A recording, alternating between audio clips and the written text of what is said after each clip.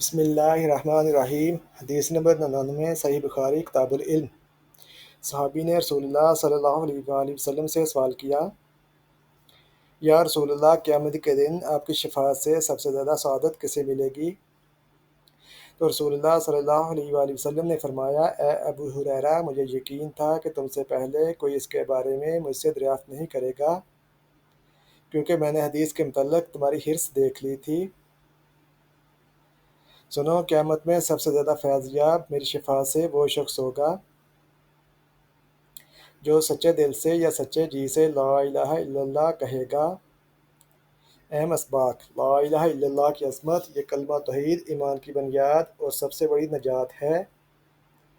شفاعت کا فضل: نبی صلی اللہ علیہ وآلہ وسلم کی شفاعت قیامت میں سب کے لیے رحمت کا سبب ہوگی، مگر سب سے زیادہ فائدہ وہ شخص اٹھائے گا جس کا ایمان خالص اور دل سے ہو۔ طلب علم اور حرص علم: صحابی کا سوال کرنا اور سیکھنے کی جستجو رسول اللہ صلی اللہ علیہ وآلہ وسلم کو پسند تھی۔